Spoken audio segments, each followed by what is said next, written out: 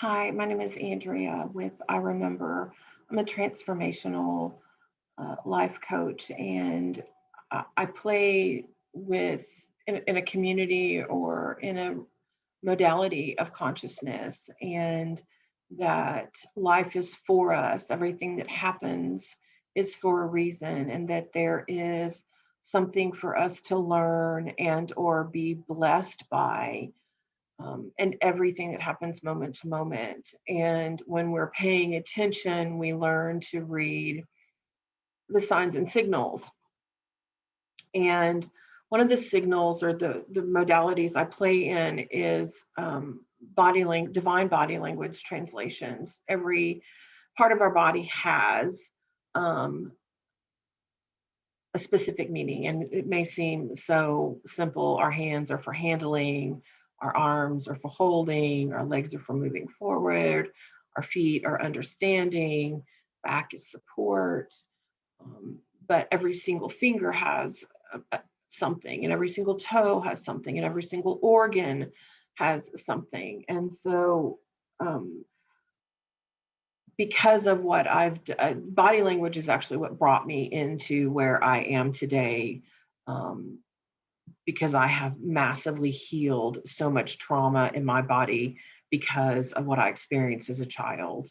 And I have let go of a number of things, including ADHD and high blood pressure and cysts and skin things and so much. And because I've learned to read the signals, and I've been coached through the signals and taken those on myself. And this morning, I'm aware that sometimes it's the little things that seem so innocuous that we've lived with for so long, been trying to tell us. And so this morning, I made note that I have an ear that's irritated by my earring. And so it's a signal that has literally been there off and on since I had my ears pierced when I was 8 years old.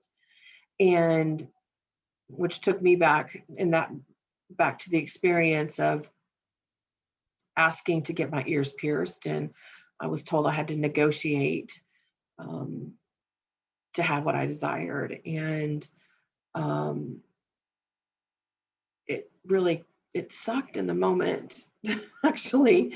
And what it did is, in the remembering that my mother told me I was required to lose weight before I could get my ears pierced for my birthday, it brought around um, a litany of other things. And I have been, over the last 4 years, and playing in consciousness, creating and moving myself and my perpetrator into forgiveness. And everything comes in layers. And um, it's no different than you hear people in 12 step talk about peeling onions. You get one thing off, and then something else comes up, and then you get that layer, you get through that layer, and then there's another layer. And if you're aware, the layers get smaller and smaller and smaller and easier to get through, which is what we're doing in consciousness. And so today, so the signal for the ear is interesting because it's about the lower body, left ear, feminine, what I've heard. So thinking, knowing, and doing. I have an infection, which is I can't, and it's hard, and it's fear, fear to hear. And like I said, I took myself back to the experience of hearing my mother on the phone telling me that I couldn't do something or have something that I really wanted without giving her something that she wanted first. And I became aware in that moment that was when I took on, I'm not enough. That's the moment that I took on and put the wall between me and my mother, that love hurts, that I can't have love unless I give something up. I have to make an agreement or say yes to something that I have a no for. I don't know how to do it. I don't want to.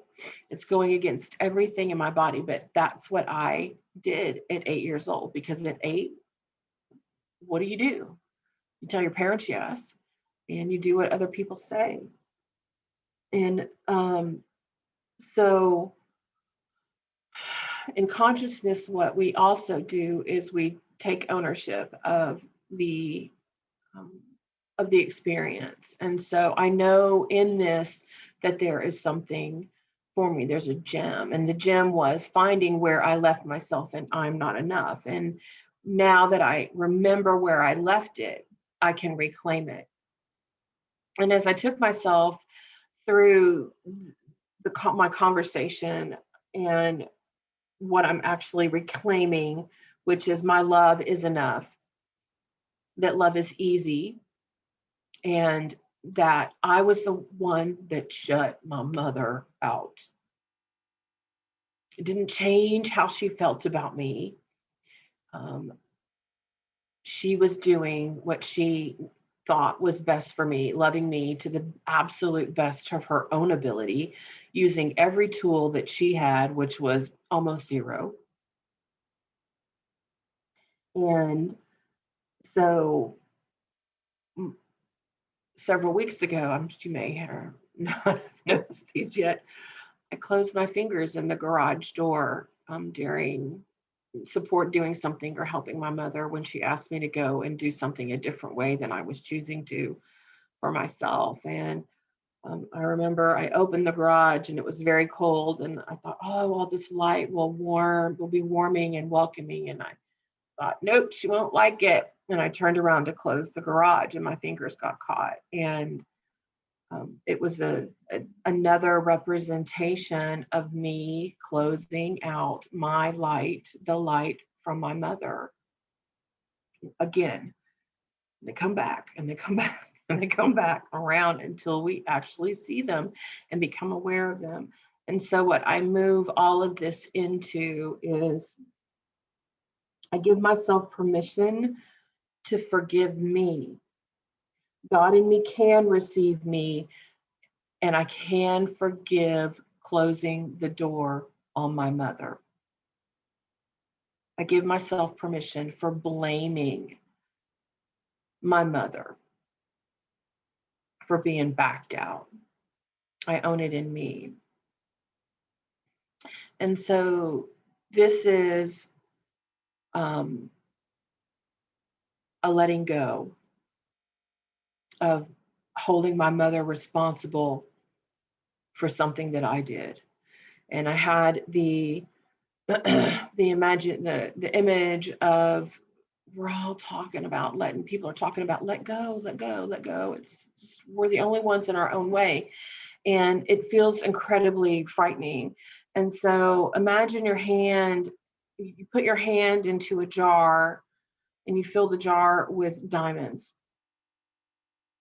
And you're holding on and you're trying to pull the diamonds out of the jar, and you cannot get your hand out of there as long as your fist is closed.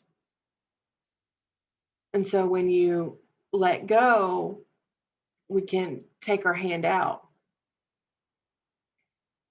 And the diamonds that are left in the jar, we can pour them out. We can pour them into our hand. We can pour them all over the floor. We can fill the jar up even fuller. And then what we can also do with this other hand is begin to pick up other things in life.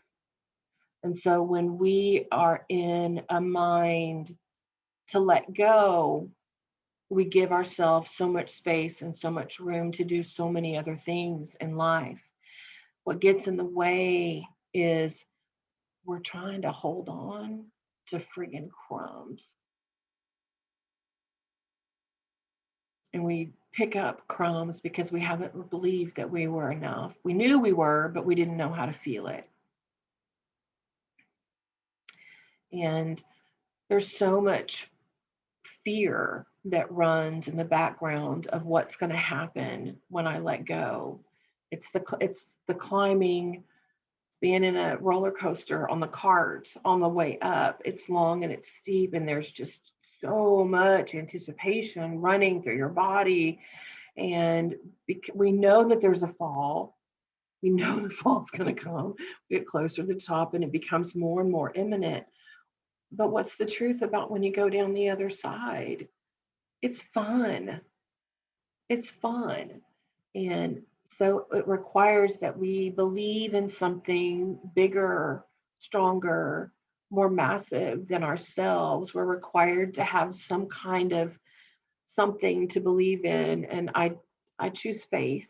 It's what I have. And what I know is when I let go and I walk by faith, that the ride on the way down is fun. And I can look back and go, God, that was so easy. What was I holding on to? Look at where I am. Because if you imagine back, every experience that you've had, we all know when it sucks that we're going to be okay, but it sucks that it sucks. And we're hating sucks.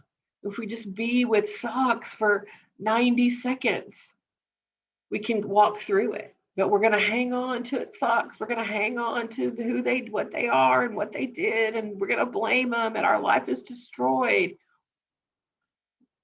Where's your butt in the moment? There's all kinds of stuff going on in my life. And I look around and I'm like, this is beautiful. I can say it sucks and does it suck? No, I'm thriving. I'm living in abundance. I took a step of faith and decided to show up for myself. This is Andrea with I Remember. You can find me on Facebook at iremember.com. And I also have a private Facebook group for women who have lived through trauma. It's called Revive.